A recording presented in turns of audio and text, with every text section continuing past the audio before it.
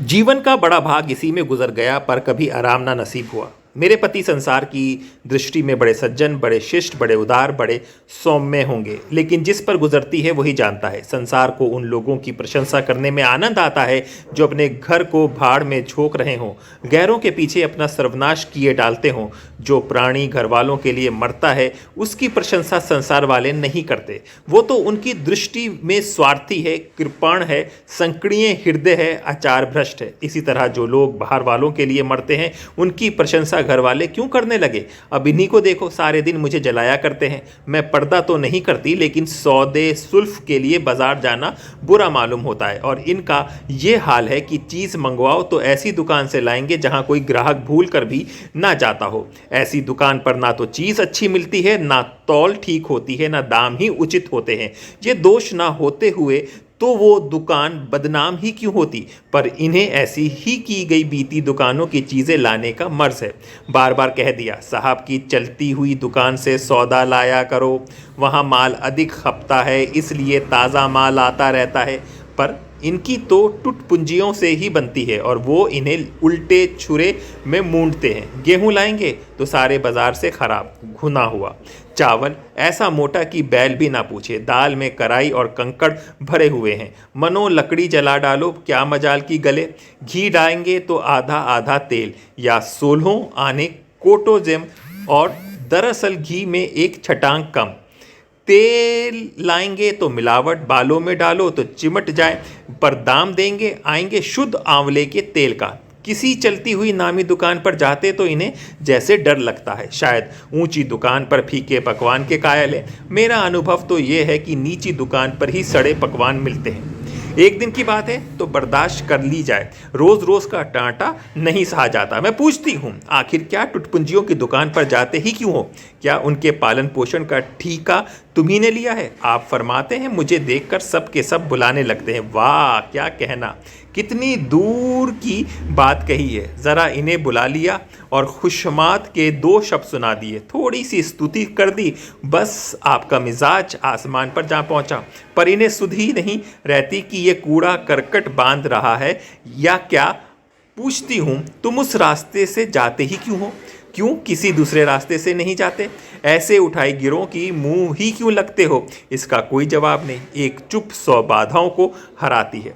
एक बार एक गहना बनवाने को दिया। मैं तो महाशय को जानती थी, इनसे कुछ पूछना व्यर्थ समझा। अपने पहचान के एक सुनार को बुला लाई। संयोग से आप भी विराजमान थे। बोले, ये संप्रदाय विशेष के योग्य नहीं है, धोखा खाओगी। मैं एक सुनार को जानता हूँ, मेरे साथ का पड़ा हुआ है, बरसों साथ साथ खेले हैं, वो मेरे साथ चालबाजी नहीं कर सकता। मैंने भी समझा, जब इनका मित्र है तो वो भी बचपन का, तो कहाँ तक दोस्ती का हक ना निभाएगा। सोने का एक आभूषण और 100 रुपये इनके हवाले किए। इस भले मानस ने इस आभूषण और रुपए ना जाने किस बेईमान को दे दिए कि बरसों के झंझट के बाद अब चीज़ बनकर आई है। तो 8 आने तांबा और इतनी भद्दी की देखकर गिन आती है। बरसों की अभिलाषा धूल में मिल गई, रो पीट बैठी रही। ऐसे ऐसे वफादार तो इनके मित्र हैं, जिन्हें मित्र की गर्दन पे छुरी फेरने पर भी संकोच नहीं। इनकी दोस्ती भी उन्हीं लोगों से है जो ज़माने भर के जट गिरहट लंगोटी में फाक खेलने वाले फाके मस्त, जिनके उद्यम ही इन जैसे आंख के अंधों से दोस्ती गांठना है। नित्य ही एक ना एक महाशय उधार मांगने के लिए सिर पर सवार रहते हैं और बिना लिए गला नहीं छोड़ते। मगर ऐसा कभी ना हुआ कि किसी ने रुपए चुकाए हों। आदमी एक बार खोकर सीखता है, 2 बार खोकर सीखता है, किंतु ये भले मानस 1000 बार खोकर भी नहीं सीखते। जब कहती हूँ रुपए तो दे आए हैं, अब मांग क्यों नहीं लाते? क्या मर गए तुम्हारे वो दोस्त? तो बस बगले झाँक कर रह जाते हैं। आपसे मित्रों का सूखा जवाब नहीं दिया जाता। खैर, सूखा जवाब ना दो। मैं भी नहीं कहती कि दोस्ती में बेमुरव्वती करो, मगर चिकनी चुपड़ी बातें तो बना सकते हो, बहाने तो कर सकते हो। किसी मित्र ने रुपए मांगे और आपके सिर पर बोझ पड़ा, बेचारा कैसे इनकार करे? आखिर लोग जान जाएंगे कि नहीं कि ये महाशय में खुखल है। इनकी हविस ये है कि दुनिया में इन्हें संपन्न समझती रही। चाहे मेरे गहने ही क्यों ना गिरे रहने पड़े। सच कहती हूँ, कभी कभी तो एक एक पैसे की तंगी आ जाती है और इन भले आदमी को रुपए जैसे घर में काटते हैं। जब तक रुपए के वारे न्यारे ना कर लें इन्हें चैन नहीं। इनकी करतूत कहाँ तक गाऊं, मेरी तो नाक में दम आ गया है। एक ना एक मेहमान रोज यमराज की भांति सिर पर सवार रहते हैं। ना जाने कहाँ के बेफिक्रे इनके मित्र हैं। कोई कहीं से आकर मरता है, कोई कहीं से। घर क्या है, अपाहिजों का अड्डा है। जरा सा तो घर, मुश्किल से 2 पलंग, ओढ़ना बिछोना भी फालतू नहीं। मगर आप हैं, मित्रों को निमंत्रण देने को तैयार है। आप तो अतिथि के साथ लेटेंगे, इसीलिए इन्हें चारपाई भी चाहिए, ओढ़ना बिछोना भी चाहिए, नहीं तो घर पर का पर्दा खुल जाता है मेरे बच्चों के सिर। गर्मियों में तो खैर कोई मुआवजा का नहीं, लेकिन जाड़ों में तो ईश्वर ही याद कराते हैं। गर्मियों में भी खुली छत पर तो मेहमानों का अधिकार हो जाता है। अब मैं बच्चों के लिए पिंजड़े में पड़ी फड़फड़ाया करूं। इन्हें इतनी समझ भी नहीं कि जब घर की ये दशा है तो क्या ऐसों को मेहमान बनाएं जिनके पास कपड़े लत्ते तक नहीं। ईश्वर की दया से इनके सभी मित्र इसी श्रेणी के हैं। एक भी ऐसा मायका लाल नहीं जो समय पड़ने पर धेले से भी इनकी मदद कर सके। 1-2 बार महाशय को इसका अनुभव, अत्यंत कटु अनुभव हो चुका है, मगर इस जड़ भरते ने जैसे आंख ना खोलने की कसम खा रखी है। ऐसे ही दरिद्र भट्टाचार्यों ने इनकी पट्टी है। शहर में इतने लक्ष्मी के पुत्र हैं पर आपका किसी से परिचय नहीं है। उनके पास जाते उनकी आत्मा दुखती है। दोस्ती गांठेंगे तो ऐसे जिनके घर में खाने का ठिकाना नहीं। एक बार हमारा कहार छोड़कर चला गया और कई दिन कोई दूसरा कहार ना मिला। किसी चतुर और कुशल कहार की तलाश में थी, किंतु आपके जल्द से जल्द कोई आदमी रख लेने की धुन सवार हो गई। घर के सारे काम पूर्वतः चल रहे थे पर आपको मालूम हो रहा था कि गाड़ी रुकी हुई है। मेरे झूठे बर्तन मांझना और अपना साग भाजी के लिए बाजार जाना इनके लिए असहा हो उठा। एक दिन जाने कहाँ से एक बंगाड़ू को पकड़ लाए। उसकी सूरत कह देती हूँ कि कोई जंगालू, मगर आपको उसका एक बखान किया कि क्या कहूँ, बड़ा होशियार है, बड़ा आज्ञाकार लिए, परले सिरे का मेहनती है, गजब का सलीकेदार है और बहुत ही ईमानदार है। खैर मैंने उसे रख लिया। और मैं बार बार क्यों इनकी बातों में आ जाती हूँ, इसका मुझे स्वयं आश्चर्य होता है। ये आदमी केवल रूप से आदमी था, आदमियत के कोई लक्षण उसमें ना थे। किसी काम की तमीज़ नहीं थी, बेमान ना था पर गधा अव्वल दर्जे का था। बेमान होता तो कम से कम इतनी तस्कीन तो होती कि खुद खा जाता है, अभागा दुकानदारों के हाथों लुट जाता है। 10 तक की गिनती उसे न आती थी। 1 रुपया देकर बाजार भेजूं तो संध्या तक हिसाब ना समझा सके। क्रोध पी पी कर रह जाती थी। रक्त खौलने लगता था कि दुष्ट के कान उखाड़ लूं, मगर इन महाशय को उसे कभी कुछ कहते नहीं देखा। डांटना तो दूर की बात है, आप नहा धोकर धोती छांट रहे हैं और वो दूर बैठा तमाशा देख रहा है। मैं तो बच्चा का खून पी जाती, लेकिन इन्हें ज़रा भी गम नहीं था। जब मेरे डांटने पर धोती छांटने जाता भी तो आप उसे समीप ना आने देते, बस उसके दोषों को गुण बनाकर दिखाया करते और इस प्रयास में सफल ना होते तो दोषों पर पर्दा डालने देते।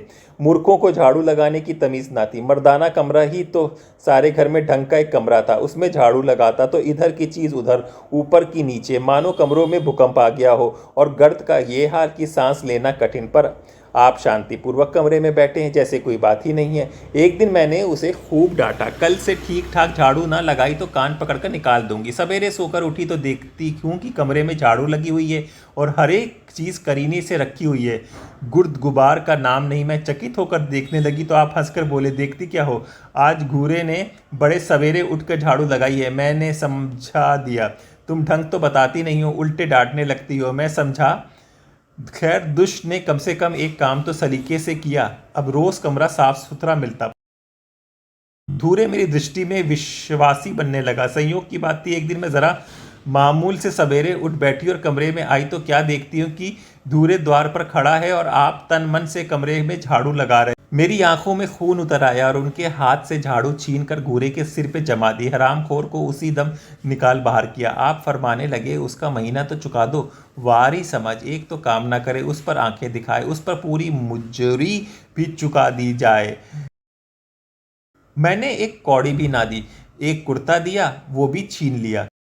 इस पर जड़ भरत महाशय मुझसे कई दिनों तक रूठे रहे, घर छोड़कर भागे जाते थे, बड़ी मुश्किलों से रुके। ऐसे ऐसे भोंदे भी संसार में पड़े हुए हैं। मैं ना होती तो शायद अब तक इन्हें किसी ने बाजार में बेच दिया होता। एक दिन मेहतर ने उतारे कपड़ों का सवाल किया। इस बेकारी के ज़माने में फालतू कपड़े तो शायद पुलिस वालों को या रईसों के घरों में हों। मेरे घर में तो ज़रूरी कपड़े भी काफ़ी नहीं हैं। आप वस्त्रालय एक बख्ची में आ जाए तो डाक के पार्सल से कहीं भेजा जा सकता है। फिर इस साल जाड़ों में कपड़े बनवाने की नौबत ना आई। पैसे नज़र नहीं आते, कपड़े कहाँ से बनवाए। मैंने मेहतर को साफ जवाब दिया। कड़ाके का जाड़ा पड़ रहा था, इसका अनुभव मुझे कम ना था। गरीबों की क्या बीत रही होगी इसका भी मुझे ज्ञान था, लेकिन मेरे या आपके पास खेत के सिवा इसका क्या इलाज है। जब तक समाज का ये संगठन रहेगा ऐसी शिकायतें पैदा होती रहेंगी। जब एक एक अमीर और रईस के पास एक एक मालगाड़ी कपड़ों से भरी हुई है, तब फिर निर्धनों को क्यों ना नंगता का कष्ट उठाना पड़े। खैर, मैंने तो मेहतर को जवाब दे दिया। आपने क्या किया? आपका कोट उठाकर उसको भेंट कर दिया। मेरी देह में आग लग गई। इतनी दानशील नहीं हूँ कि दूसरे को खिलाकर आप सो रहूं। देवता के पास यही एक कोट था, आपकी इससे ज़रा भी चिंता ना हुई कि पहनेंगे क्या। यश के लोभ ने जैसे ही बुद्धि की हर ली। मेहतर ने सलाम किया, दुआएं दी और अपनी राह ली। आप कई दिन तक सर्दी में ठिठुरते रहे। प्रातःकाल घूमने जाया करते थे, वो बंद हो गया। ईश्वर ने उन्हें हृदय भी फटे पुराने कपड़े पहनते आपको ज़रा भी संकोच नहीं होता। मैं तो सारे लाज के गड़ जाती और आपका ज़रा फिक्र नहीं। कोई हंसता तो हंसे आपकी बला से। अंत में जब मुझसे ना देखा गया तो एक कोट बनवा दिया। जी तो जलता था कि खूब सर्दी खाने दो, पर डरी कि कहीं बीमार पड़ जाए तो और बुरा हो। आखिर काम तो उन्हीं को करना है। महाशय अपने दिल में समझते होंगे कि मैं कितना विनीत, कितना परोपकारी। शायद इन्हें इन बातों का गर्व है। मैं इन्हीं परोपकारी नहीं समझती, ना विनीत ही समझती हूँ। ये जड़ता है, सीधी सादी नहीरता है।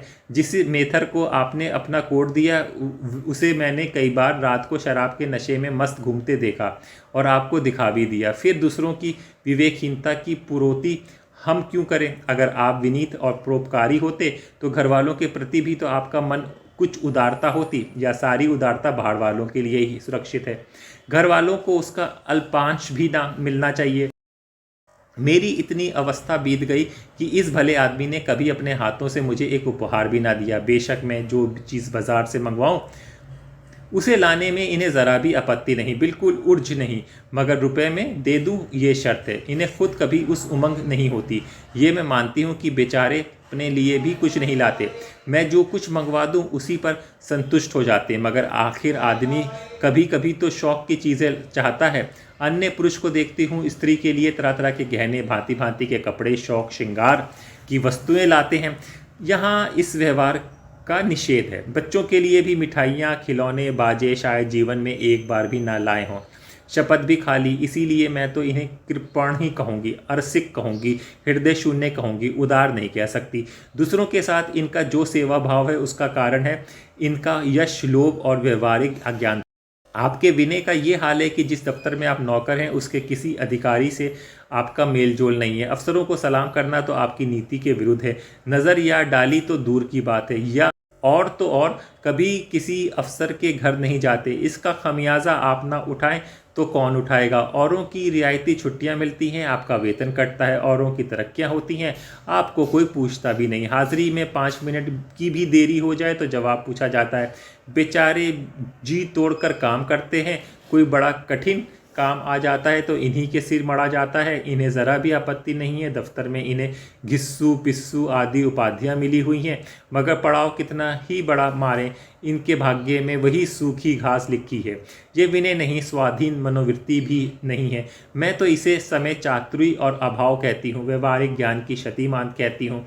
आखिर कोई अफसर आपसे क्यों प्रसन्न हो? इसलिए कि आप बड़े मेहनती हैं। दुनिया का काम मुरव्वत और रवादारी से चलता है। अगर हम किसी से खींचे रहें तो कोई कारण नहीं कि वो हमसे ना खींचा रहे।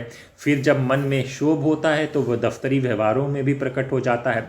तो मातहत अफसर को प्रसन्न रखने की चेष्टा करता है। जिसकी जात अफसर का कोई व्यक्तिगत उपहार होता है जिस पर वो विश्वास कर सकता है, उसका लिहाज वो स्वभावतः करता है। ऐसी सिरगोगरी में क्यों किसी को सहानुभूति होने लगी? अफसर भी तो मनुष्य है। उसके हृदय में जो सम्मान और विशिष्टता का कामना है वो कहाँ पूरी हो? अब अधीनस्थ कर्मचारियों की उससे फ्रंट रहे तो क्या उसके अफसर उसे सलाम करने आएंगे? आपने जहाँ नौकरी की है वहाँ से निकाले गए हैं। कभी किसी दफ्तर में 2-3 साल से ज़्यादा ना टिके हैं, या तो अफसर से लड़ गए हैं या कार्यधिक्य के कारण छोड़ गए हैं। आपको कुटुंब सेवा का दावा है। आपके कई भाई भतीजे होते हैं, वो कभी इनकी बात भी नहीं पूछते। आप बराबर उनका मुंह ताकते रहते हैं। के एक भाई साहब आजकल तहसीलदार हैं। घर की मिल्कियत उन्हीं की निगरानी में है, वो ठाठ से रहते हैं, मोटर रख रखी है, कई नौकर चाकर हैं, मगर यहाँ बोले से भी पत्र नहीं लिखते। एक बार हमें रुपए की बड़ी तंगी हुई, मैंने कहा अपने भ्राता जी से क्यों नहीं मांग लेते। कहने लगे उन्हें क्यों चिंता में डालूं, उन्हें भी तो अपना खर्च है, कौन सी ऐसी बचत हो जाती है। जब मैंने बहुत मजबूर किया तो आपने पत्र लिखा, मालूम नहीं पत्र में क्या लिखा। पत्र लिखा तो मुझे चकमा दे दिया, रुपए न आने थे न आए। कई दिनों के बाद मैंने पूछा कुछ जवाब आया श्रीमान के भाई साहब के दरबार से। आपने रुष्ट होकर कहा अभी केवल 1 सप्ताह तो खत पहुँचे हुए, अभी क्या जवाब आ सकता है। 1 सप्ताह और गुजरा मगर जवाब न दारद। अब आपका ये हाल है कि मुझे कुछ बातचीत करने का अवसर ही नहीं देते। इतने प्रसन्नचित्त नज़र आते हैं कि क्या कहूँ। बाहर से आते हैं तो खुश खुश, कोई ना कोई शगुफा लिए हुए हैं। मेरी खुशामद भी खूब हो रही है, मेरे मैके वालों की प्रशंसा भी बहुत हो रही है, मेरे गृह प्रबंध का बखान भी असाधारण रीति से किया जा रहा है। मैं इस महाशय की चाल समझ रही थी। ये सारी दिलजोई केवल इसलिए थी कि श्रीमान के भाई साहब के विषय में कुछ ना पूछूं। सारे राजनीतिक, आर्थिक, सामाजिक, आचारिक प्रश्न भी मुझसे व्याख्या की जाती थी, इतने विस्तार और गवेषण के साथ कि विशेषज्ञ भी लोहा मान जाए, केवल इसलिए कि मुझे वो प्रसंग उठाने का अवसर ना मिले। लेकिन मैं भला कब चूकने वाली थी। जब पूरे 2 सप्ताह गुजर गए तो बीमे के रुपए भेजने की मिली मौत की तरह सिर पर सवार हो गई। तो मैंने पूछा क्या हुआ, तुम्हारे भाई साहब की श्रीमुख से कुछ फरमाया या अभी तक पत्र नहीं पहुंचा। आखिर घर की जायदाद में हमारा भी तो हिस्सा है या नहीं, या हम किसी लौंडी दासी की संतान है। 500 रुपये साल का नफ़ा 2 साल पहले था, अब तो 1000 से कम ना होगा। पर हमें कभी एक कानी कौड़ी भी नहीं मिली है। मोटे हिसाब से हमें 2000 मिलना चाहिए। 2000 ना हो तो 1000 हो, 500 हो, 250 हो, कुछ ना तो कुछ हो। तो बीमा के प्रीमियम भी भर के तो लो। तहसीलदार साहब की आमदनी हमारी आमदनी की चौगुनी है, रिश्वतें भी लेते हैं, तो फिर हमारे रुपए क्यों नहीं देते। आप हैं ना, हाँ हाँ करने लगे। कहने लगे वो बेचारे घर की मरम्मत करवाते हैं, बंधुओं बांधुओं का स्वागत सत्कार करते हैं, नातेदारी से भेंट भाट करते हैं, और कहाँ से लावें जो हमारे पास भेजें। वारी बुद्धि, मानो जायदाद इसलिए होती है कि उसकी कमाई उसी में खर्च हो जाए। इस भले आदमी को बहाने करने भी नहीं आते। मुझसे पूछते हैं, मैं एक नहीं 1000 बता देती, एक से एक कर बढ़कर कह देते कि घर में आग लग गई है, सब कुछ सुहा हो गया या चोरी हो गई है, तिनका तक ना बचा, 10,000 का अनाज भरा है उसमें घाटा है, या किसी से फौजदारी हो गई है उसमें दिवाला पिट गया है। आपको सूझी भी तो लचर सी बात, तकदीर ठोंक कर बैठ रही थी। पड़ोस की एक महिला से रुपए कर्ज लिए, तब जाकर काम चला। फिर आप भाई भतीजों की तारीफ के पुल बांधते हैं तो मेरे शरीर में आग लग जाती है। ऐसे कौरवों से ईश्वर बचाए। ईश्वर की दया से आपके 2 बच्चे हैं, 2 बच्चियां भी हैं। ईश्वर की दया कहूँ या कोप कहूँ, सब के सब उद्यमी हो गए हैं कि खुदा की पनाह। मगर क्या मजाल है कि ये भोंदू किसी को भी कड़ी आंखों से देखें। रात के 8 बज गए हैं, युवराज अभी घूम कर नहीं आए हैं। मैं घबरा रही हूँ। अब निश्चित बैठकर अखबार पढ़ रहे हैं। झल्लाई हुई जाती हूँ और अखबार छीन कर कहती हूँ, जाकर ज़रा देखते क्यों नहीं, लौंडा कहाँ रह गया। ना जाने तुम्हारा हृदय कितना कठोर है, ईश्वर ने तुम्हें संतान ही ना दी, जाने क्यों दी। पिता का पुत्र के साथ कुछ तो धर्म है, तब आप भी गर्म हो जाते हैं। अभी तक नहीं आया, बड़ा शैतान है। आज बच्चा आते हैं तो कान उखाड़ लेता हूँ, मारे हंटर के खाल उधेड़ कर रख दूंगा। यूं बिगड़ कर तैश के साथ आप उसे खोजने निकलते हैं। संयोग की बात है आप उधर जाते हैं, इधर लड़का आ जाता है।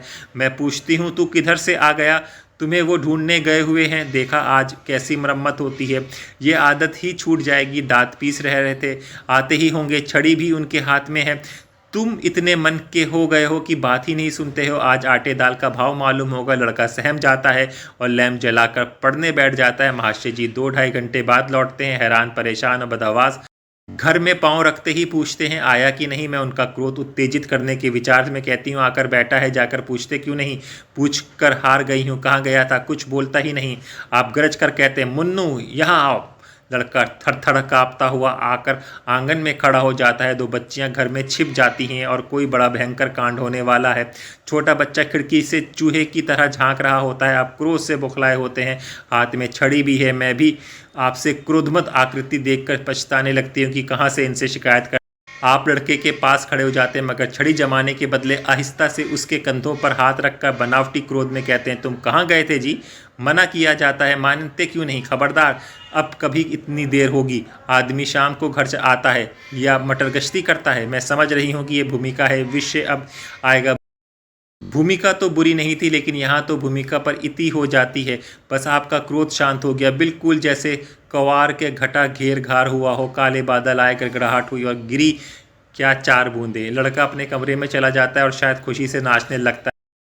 मैं पराभूत होकर कहती हूँ, तुम तो जैसे डर गए, भला 2-4 तमाचे तो लगाए होते। इसी तरह तो लड़के शेर हो जाते हैं। आप फरमाते हैं, तुमने सुना नहीं मैंने कितने ज़ोर से डांटा, बच्चा की जान ही निकल गई थी। देखा लेना तो फिर कभी देर नहीं आएगा। तुमने डांटा तो नहीं? हाँ, आंसू पोंछ दिए। तुमने मेरी डांट सुनी नहीं? क्या कहना आपकी डांट का, लोगों के कान बहरे हो गए। लाओ तुम्हारा गला सहला दूं। आपके एक नया सिद्धांत निकाल आता है कि दंड देने से लड़का खराब हो जाते हैं।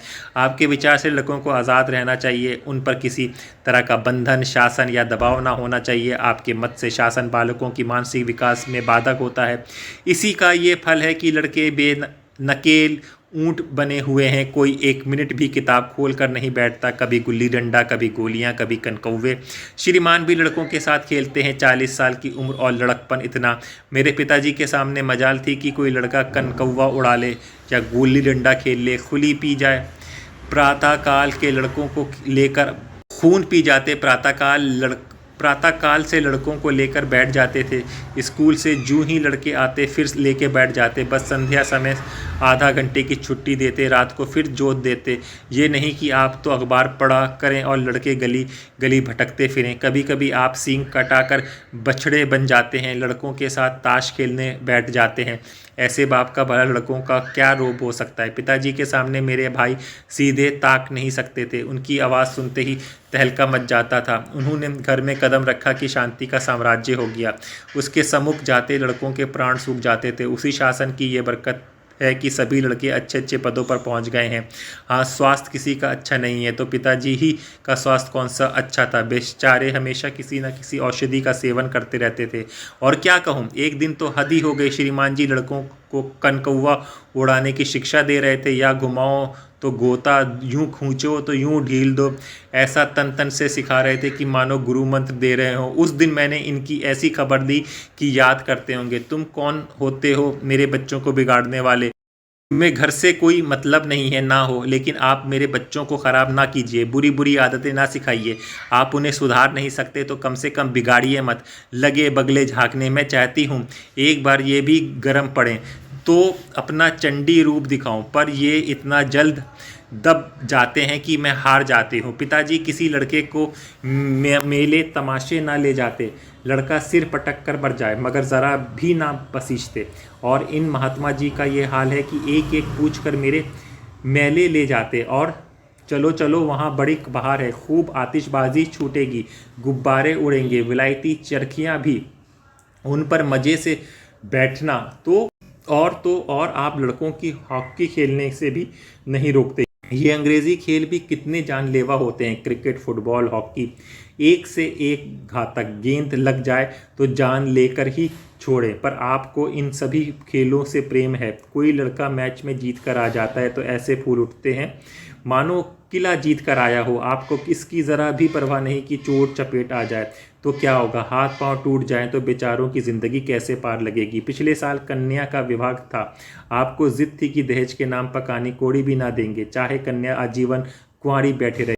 यहाँ भी आपका आदर्शवाद आ कूदा। समाज के नेताओं का छल प्रपंच आए दिन देखते रहते हैं, फिर भी आपकी आंखें नहीं खुलती। जब तक समाज की ये व्यवस्था कायम है और युवती का कन्या का अविवाहित रहना निंदापस्त है, तब तक इस प्रथा मिटने की नहीं है। 2-4 ऐसे व्यक्ति भले ही निकल आवें जो दहेज के लिए हाथ ना फैलावें, लेकिन इसका परिस्थिति पर कोई असर नहीं पड़ता।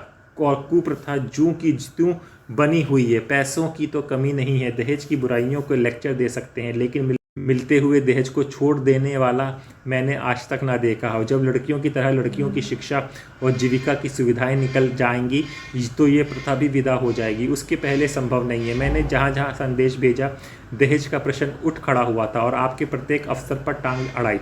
अब इस तरह पूरे साल गुजर गया और कन्या के 17वां लग गया तो मैंने एक जगह बात पक्की कर ली। आपने भी स्वीकार कर लिया, क्योंकि वर पक्ष ने लेन देन का प्रश्न उठाया ही नहीं।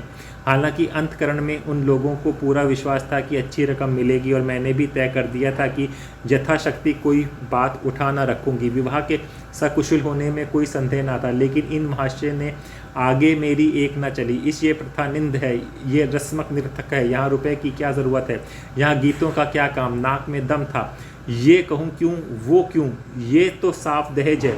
तुमने मेरे मुंह में कालिख लगा दी, मेरी आबरू मिटा दी। ज़रा सोचिए, इस परिस्थितियों को कोई बारात द्वारा पर पड़ी हुई है और यहाँ बात पर शास्त्रास्त्र हो रहा है। विवाह का मुहूर्त आधी रात के बाद था। प्रथा अनुसार मैंने व्रत रखा, किंतु आपकी टेक थी कि व्रत की कोई ज़रूरत नहीं है। जब लड़के के माता पिता व्रत नहीं रखते, जब लड़का तक व्रत नहीं रखता, तो कन्या पक्ष वाले व्रत क्यों रखें। मैं और सारा ख़ानदान मना करता रहा, लेकिन आपने नाश्ता किया, भोजन किया, खैर कन्यादान का मुहूर्त आया। आप सदैव से इस प्रथा के विरोधी थे, आप इसे निषिद्ध समझते हैं। कन्या क्या दान की वस्तु है। दान रुपए पैसे जगह ज़मीन का हो सकता है, पशु दान भी होता है, लेकिन लड़की का दान एक लचर सी बात है। कितना समझाती हूँ, पुरानी प्रथा है, वेद काल से होती चली आई है, शास्त्रों में इसकी व्यवस्था है, संबंधी समझा रहे हैं, पंडित समझा रहा है, पर आप हैं कि कान पर जूं नहीं रेंगती। हाथ जोड़ती हूँ, पैर पकड़ती हूँ, गिड़गिड़ाती हूँ, लेकिन मंडप के नीचे ना आए। और मज़ा ये कि आपने ही तो ये अनर्थ किया था और आप ही मुझसे रूठ गए।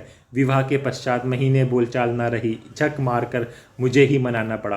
किंतु सबसे बड़ी विडंबना यह है कि इन सारे दुर्गुणों के होते हुए भी एक क्षण का वियोग नहीं सह सकती। इन सारे दोषों पर भी मुझे इनसे प्रगाढ़ प्रेम है। इनसे ये कौन सा गुण है जिस पर मैं मुग्ध हूँ, मैं खुद नहीं जानती, पर इनमें कोई बात ऐसी है जो मुझे इनकी चेरी बनाए हुए है। वो ज़रा मामूली सी देर से घर आते हैं तो प्राण नहीं समा जाते हैं। आज यदि विधाता ने इनके बदले कोई विधा और बुद्धि का पुतला, रूप का धन का देवता भी दे दिया होता, तो मैं उसकी और आंख उठाकर ना देखूं। ये धर्म की बेड़ी नहीं है, प्रथागत पतिव्रत भी नहीं है, बल्कि हम दोनों की प्रकृति में कुछ ऐसी क्षमताएं और कुछ ऐसी व्याख्याएं उत्पन्न हो गई हैं, मानो किसी मशीन के कल पुर्जे घिस घिसा कर फिट हो गए हैं और एक पुर्जे की जगह दूसरे पुर्जा काम ना दे सके, चाहे वो पहले से कितना ही सुडौल नया सुदृढ़ क्यों ना हो। जाने हुए रास्ते में हम निशांक आंखें बंद किए जाते हैं, उसके ऊंच नीच मोड़ और घुमाव सब हमारी आंखों में समाये हुए हैं। अनजान रास्ते पर चलना कितना कष्टप्रदक होता है। शायद आज मैं इनके दोषों को गुण के बदले पर भी तैयार ना होंगी।